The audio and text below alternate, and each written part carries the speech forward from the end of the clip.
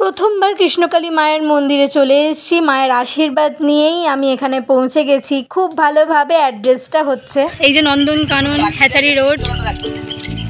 তো এই দেখুন এখানে না অনেক কিছু পেয়ে যাবেন আপনারা এলে। সব মায়ের কৃপা। জয় কৃষ্ণকালী মায়ের জয়, জয় কৃষ্ণকালী মায়ের জয়। দাদা ভাইরাও খুব ভালো। জয় কৃষ্ণকালী মায়ের জয়, জয় মঙ্গলা মায়ের জয়, জয় মঙ্গলা মায়ের জয়। সব মায়ের কৃপায়, সত্যি তাই।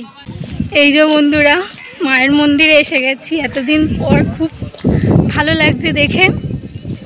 এই যে মায়ের মন্দির, চলুন ভেতরে যাব। চলুন ভেতর দিকে যাওয়া যাক, দেখি মা এসেছে কিনা। আমি তো এখনো বুঝতেই পারছি না মা এসেছে কিনা। আমি ট্রেন ধরেছিলাম সকাল 6:20 ফাঁকা জায়গার মধ্যে, আর আমি এসে পৌঁছেছি এখন 9:10, 9:30টার কাছাকাছি। দেখি এখানে কি হচ্ছে, মা আছেন কিনা।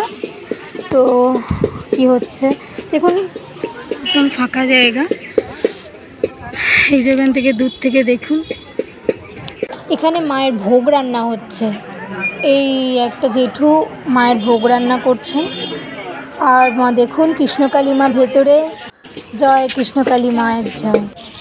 আর দেখুন এখানে ভাজা হচ্ছে, মায়ের জন্য ভাজা হচ্ছে, ভোগ হচ্ছে।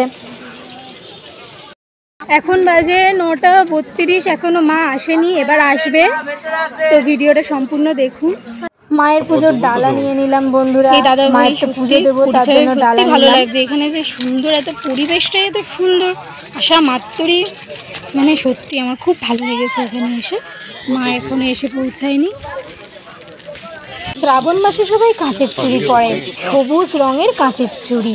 আমি কিন্তু পরিনি, তবে মায়ের মন্দিরে এসে যখন দেখলাম কাঁচের চুড়ি বিক্রি হচ্ছে, তাও আবার সবুজ রঙের, তখন মনটা চাইলো এখান থেকেই আমি কাঁচের চুড়ি পরবো।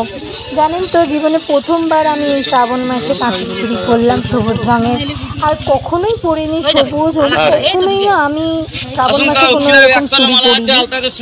মায়ের সত্যি অনেক লীলা, যে মা আমি চেয়েছিলাম করতে কিন্তু পারিনি, কিন্তু দেখুন মা আমাকে ঠিক চুড়িটা কিন্তু পরিয়ে দিল। আমি এখন লাইনে ডালা নিয়ে দাঁড়িয়ে আছি, মায়ের জন্য অপেক্ষা করছি। মা কিন্তু ওদিকে এসে গেছেন, এবার আমাদের কাছে আসবেন।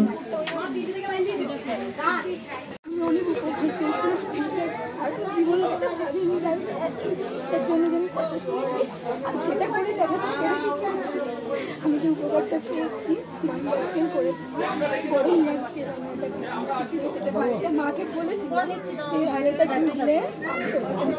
যাবো, আমি মায়ের কাছে এসেছিলাম।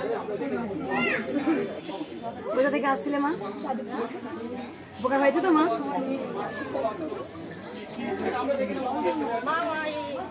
আর কোনো বক্তব্য?